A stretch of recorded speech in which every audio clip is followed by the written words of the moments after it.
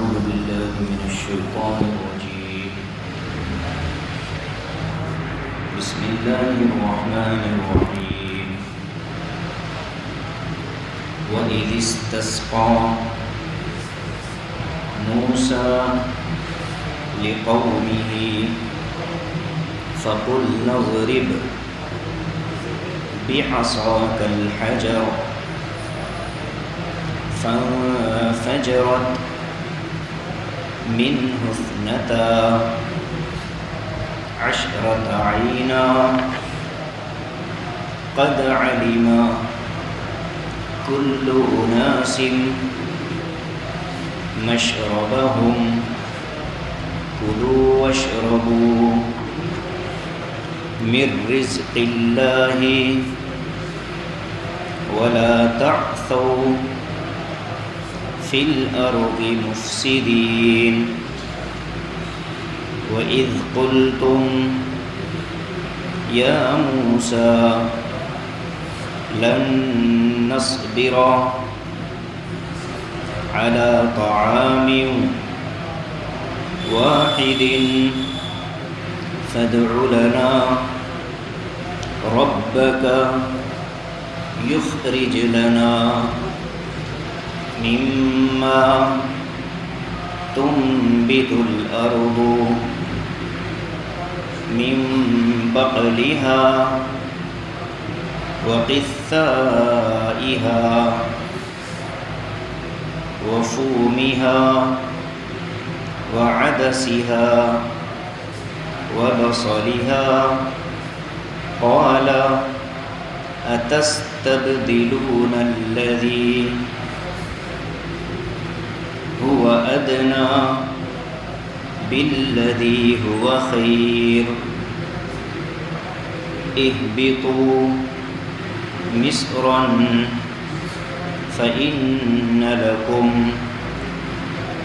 ما سألتم وضربت عليهم الذلة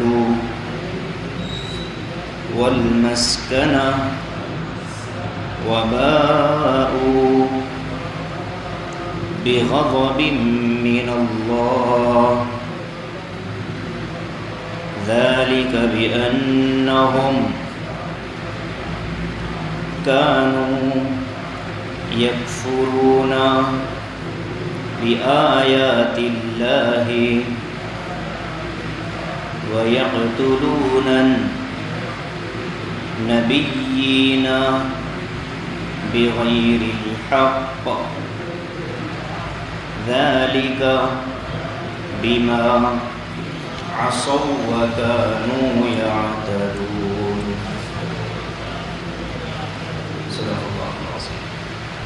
ترجمہ دیکھیے. وَإِذِ اسْتَسْقَىٰ مُوسَىٰ لِقَوْمِهِ، اور اس وقت کو یاد کرو جب موسیٰ نے اپنی قوم کے لیے بارش کی دعا مانگی.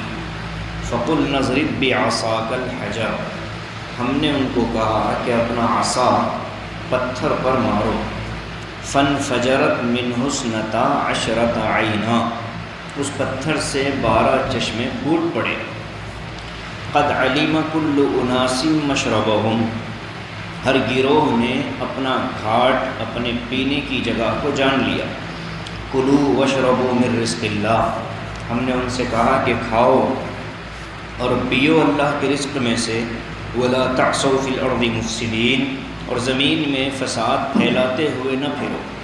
وَإِذْ قُلْتُمْ يَا مُوسَىٰ لَن نَّصْبِرَ عَلَىٰ طَعَامٍ وَاحِدٍ، اور اس وقت کو یاد کرو جب تم لوگوں نے موسیٰ سے کہا تھا کہ اے موسیٰ ہم ایک ہی طرح کے کھانے پر نہیں جم پائیں گے. فَادْعُ لَنَا رَبَّكَ، اپنے رب سے دعا کرو. یخرج لنا، جو ہمارے لیے نکالے. مما تنبت الارض، زمین سے اگنے والی چیزیں. من بقلها، جیسے ترکاری. وقثائها، جیسے ککڑی. وفومها، جیسے گیہوں. وعدسها، اور جیسے مسور. وبصلها، اور جیسے پیاز.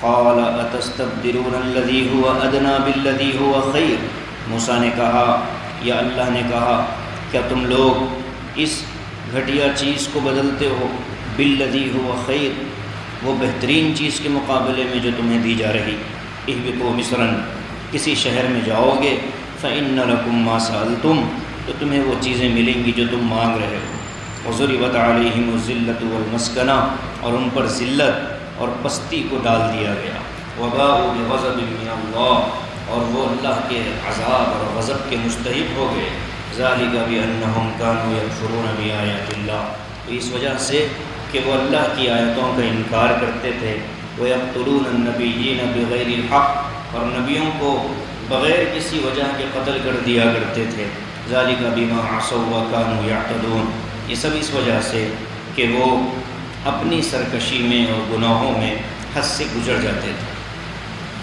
یہ دو آیتیں سورہ بقرہ کی کے ساتھ میں رکوع کی آیتیں، یہ پورا رکوع ان دو آیتوں پر ختم ہو گیا۔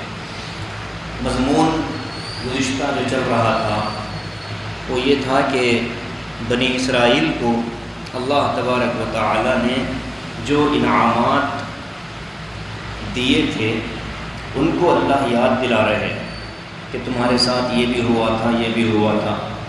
اسی میں ایک قصہ سناتے ہیں، وہ یہ کہ جب یہ مصر سے نکلے اور کنعان کی طرف جانے لگے تو جس وادی اور جنگل میں یہ بھٹک گئے تھے، 40 سال تک بھٹکتے رہے، اس میں کئی واقعات آئے۔ من و سلوہ کا جو واقعہ گزشتہ آیا، من اور سلوہ یہ دو چیزیں وہاں ان کو ملی، اور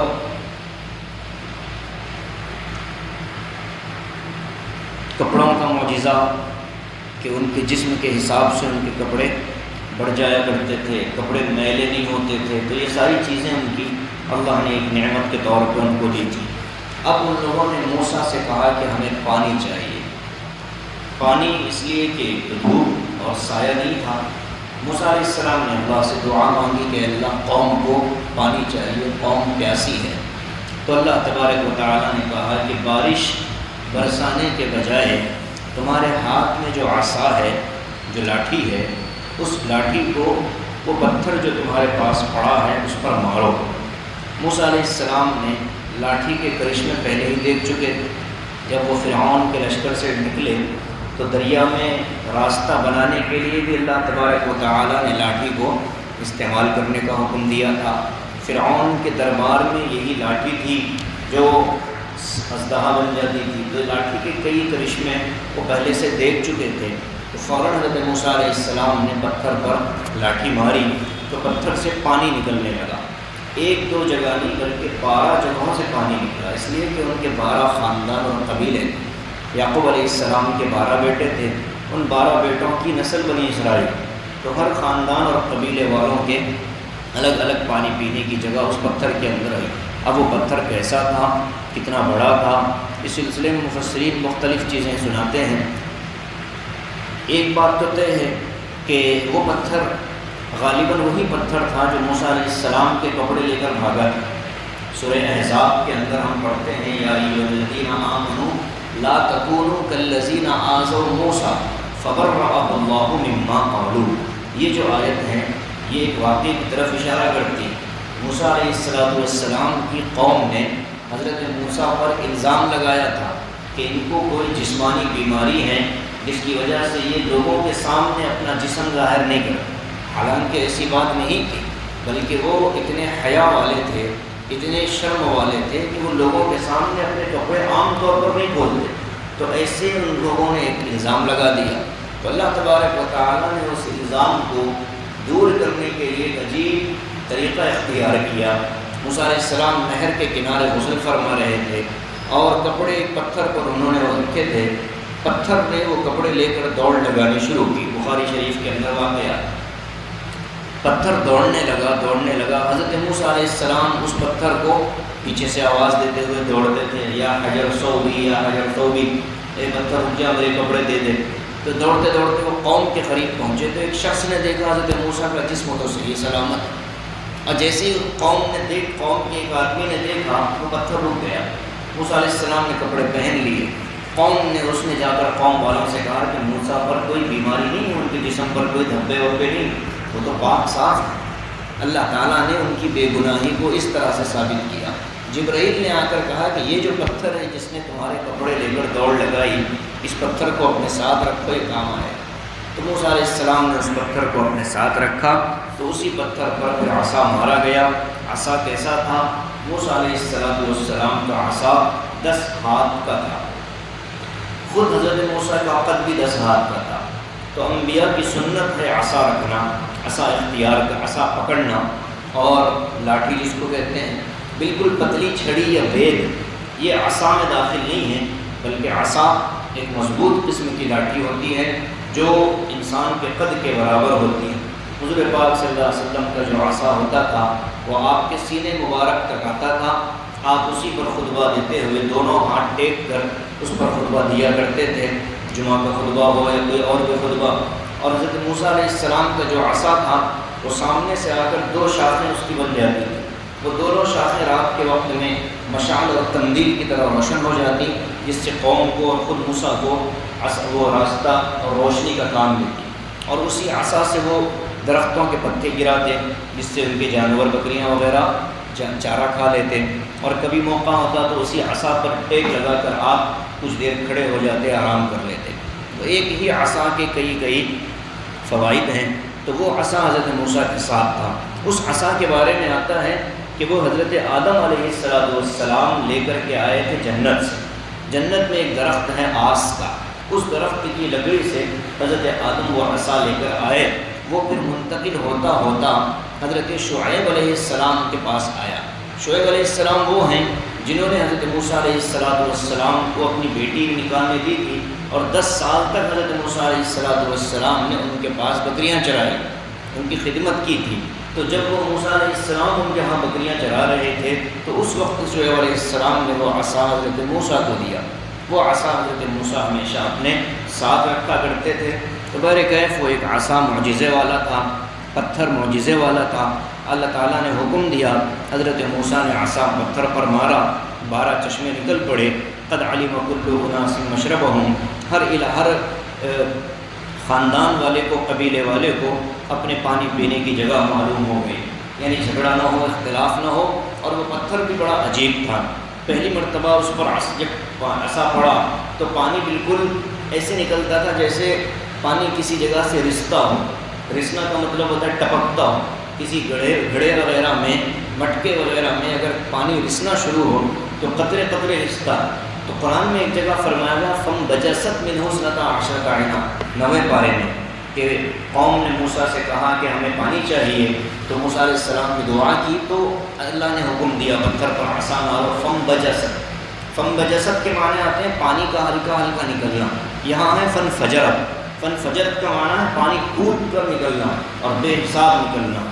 تو دونوں آیتوں کا مطلب یہی ہے کہ شروع میں جب پانی نکلتا تھا تو ایسا لگتا تھا کہ بس ابھی قطرے قطرے نکلیں گے، لیکن جب وہ بہاؤ ہوتا تھا، پانی نکلتا تھا تو اتنا زیادہ نکلتا تھا کہ بس لگتا تھا کوئی نہر جاری ہو گئی۔ آتا ہے روایات میں کہ ایک دن میں 6 لاکھ لوگ اس سے پانی پیتے تھے، اس پتھر سے ایک دن میں 6 لاکھ لوگ اس سیراب ہوتے تھے۔ اور پھر جب پانی لوگ پینا روک دیتے تو پھر اس پتھر سے پانی نکلنا بند ہو جاتا۔ جب دوسرے دن لوگ پانی لینے کے لیے آتے تو پھر پانی جاری ہو جاتا۔ گویا کہ ایک معجزہ اللہ کی طرف سے خاص انعام تھا۔ قوم کا کام یہ تھا کہ اس معجزے کو دیکھ کر اللہ کا شکر ادا کرتے، لیکن انہوں نے نہیں کیا۔ کیا کیا؟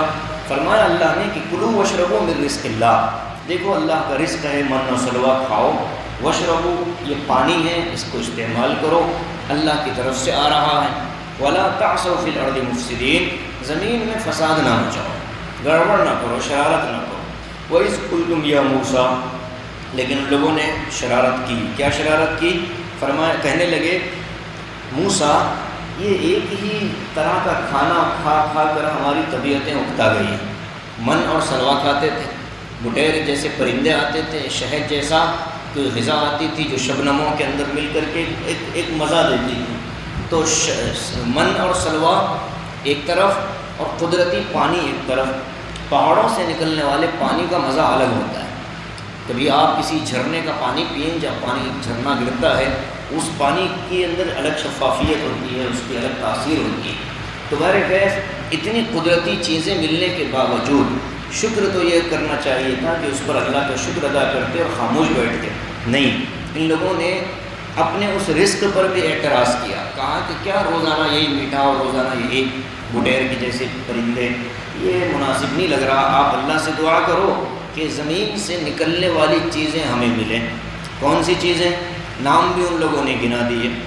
ایک تو کہا کہ بقل، بقل کہتے ہیں سبزی کو، اسی لیے سبزی بیچنے والے کو عربی میں بقال کہتے ہیں، سبزی بیچنے والے کو عربی میں بقال کہتے ہیں، اور سبزی جہاں بکتی ہے اس دکان کو عربی میں بقالہ کہا جاتا ہے، لیکن اب اس کو عام کر دیا گیا، ہر پرچون اور کرانوں کی دکان کو عربوں نے بقالہ نام دے دیا، ورنہ اصل تو بقالہ جو ہے یہ سبزی فروش کی دکان کو کہا جاتا تھا، لیکن اب چونکہ وہاں کی دکانوں میں سبزی بھی مل جاتی ہے، میوہ بھی مل جاتا ہے، دودھ وغیرہ بھی ایک ہی دکان پر ساری چیزیں ملتی ہیں، تو ان ساری چیزوں کا مجموعہ بقالہ کہہ کر رکھ دیا۔ تو سعودی میں جن دکانوں کو بقالہ کہتے ہیں اس کا مطلب یہی ہوتا ہے۔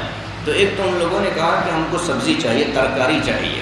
دوسرے کہا کہ قصہ، قصہ کہتے ہیں ککڑی اور کھیرے کو، یہ ان لوگوں نے مانگا تھا موسیٰ علیہ السلام سے کہ ہم کو ککڑی چاہیے۔ کھیرا اور ککڑی دونوں تقریباً ایک ہی خاندان کے ترکاریاں ہیں۔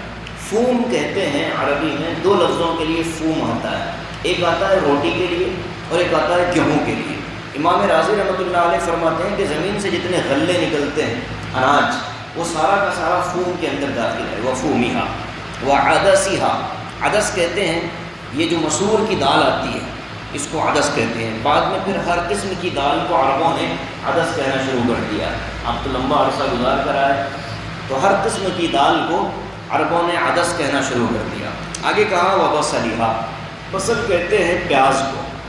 اب دیکھیے پیاز کون سی چیز ہے؟ ایک ایسی بدبودار سبزی ہے، ایک ایسی بدبودار سبزی ہے کہ جس کے کھانے کو فرشتوں کی تکلیف کا سبب بتایا گیا، جس کا استعمال کرنے کے بعد اسی طرح مسجد میں آنا منع ہے۔ ہاں اس کے پکا کر کے، اس کی شکل بگاڑ کر کے، اس کی بدبو کو زائل کر کے اگر کوئی کھائے تو پھر تو کوئی مسئلہ نہیں، لیکن کچی پیاز اگر کوئی چبا لے تو اس سے فرشتے ایسے بھاگتے ہیں جیسے کہ بس کوئی مصیبت آ گئی۔ تو ایسی گھٹیا چیز ان لوگوں نے من و سلوہ کے مقابلے میں مانگی۔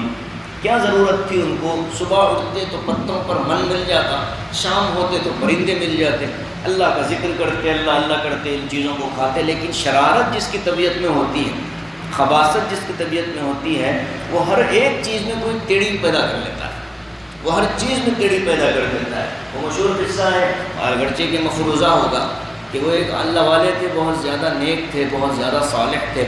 ان کی بیوی نے ان کو اللہ والے ہونے سے ماننے سے انکار کر دیا۔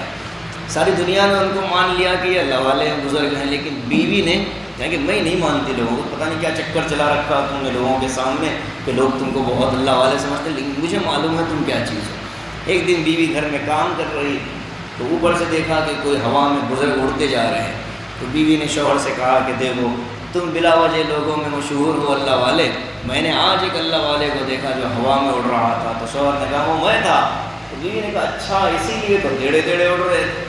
تو جس کی طبیعت کے اندر شرارت ہو، جس کی طبیعت کے اندر خباثت ہوتی ہے، وہ ہر ایک خیر میں شر تلاش کر لیتا ہے، وہ ہر اچھائی میں برائی تلاش کر لیتا ہے، وہ سیدھی چیز کے اندر کوئی ٹیڑھ پیدا کر لیتا ہے۔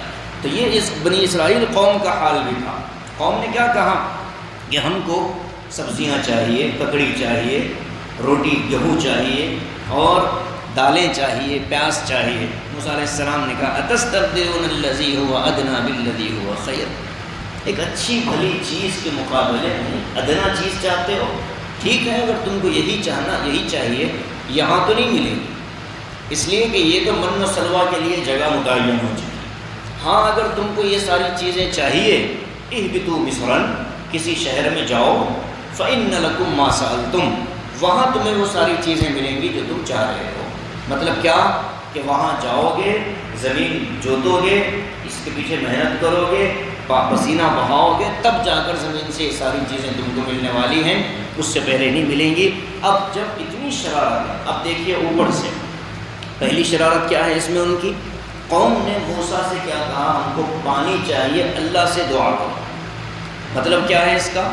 مطلب یہ ہے کہ قوم نے ایک طرح سے یہ تأثر دیا کہ ہمارا اللہ سے کوئی تعلق نہیں ہے، موسیٰ اپنے اللہ سے ہمارے لیے پانی مانگے، ایک چیز۔ اور ظاہر ہے کہ یہ بہت بڑی غلطی ہے۔ ہر انسان کو اپنی ضرورت اللہ سے مانگنے کا حق حاصل ہے۔